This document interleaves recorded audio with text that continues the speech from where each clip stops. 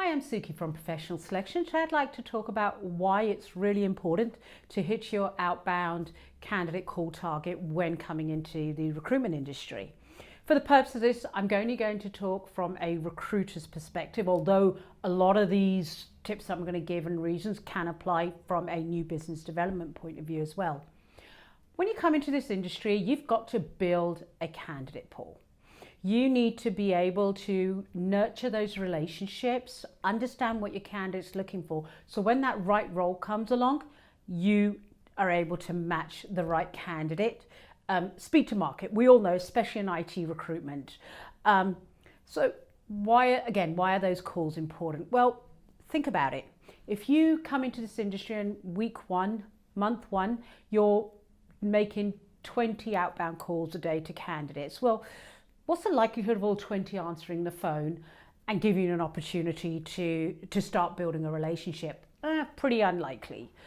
Maybe out of those 20, you'll get through to 5 of those. And maybe if you're really lucky, out of those 5, 1 will give you an opportunity to advance the call further, i.e. start talking about the roles they're looking for, find out when their contract's coming for an end, etc. So again, come into this industry, be prepared to make daily outbound calls. I'm going to go as far as saying you need to be making at least 60 a day.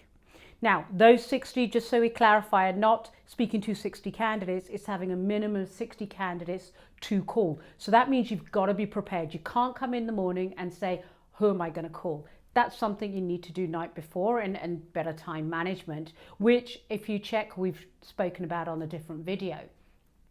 Now, fast forward, you've been making your calls. At some stage, month 3 to 3, those candidates are going to start working for you. The number of outbound calls you're having to make to cold candidates is going to go down, but you're going to still make outbound calls, but they're going to be to warm candidates.